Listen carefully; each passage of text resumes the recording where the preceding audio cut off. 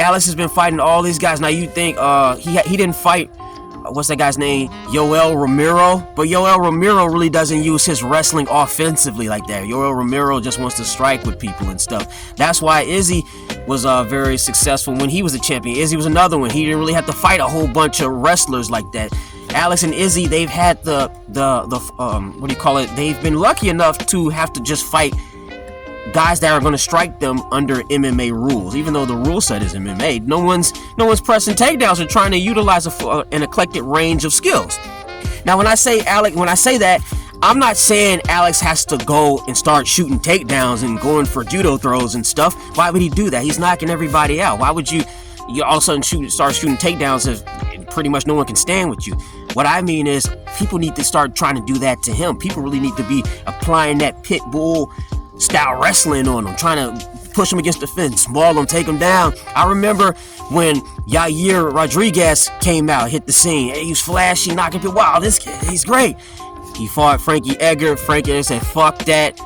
Frankie took him down repeatedly, mauled him. It was over.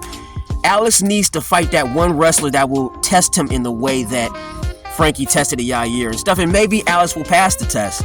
You know, I've seen him grab it. I'm not saying he has zero grappling, but we haven't seen him fight a high-level wrestler. And until he answers that question, I don't think you can keep moving him up the greatest of all time ladder. It's just my opinion. Now, obviously, Alex can't control the matchups. He's just fighting whoever they give him. But obviously, the UFC, they want to give him guys that he can knock the fuck out, and because he's marketable. And that's one thing I like about Alex. He's very marketable. Like I said earlier, he's got that look. He's got that stone cold killer look.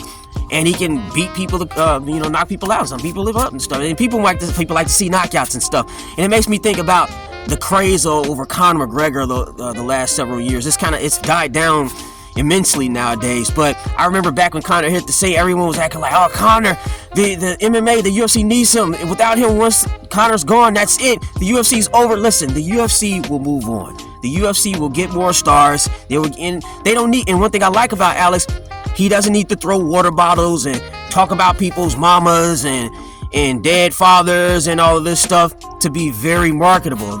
Everybody loves watching this guy fight. He's putting asses in seats, and he doesn't need to act like a jackass to do it. The UFC is going to move on. The UFC is going to be around. MMA is going to be around regardless. So to act like you need all of these WWE style clowns just doing anything and everything to sell fights and stuff is not true.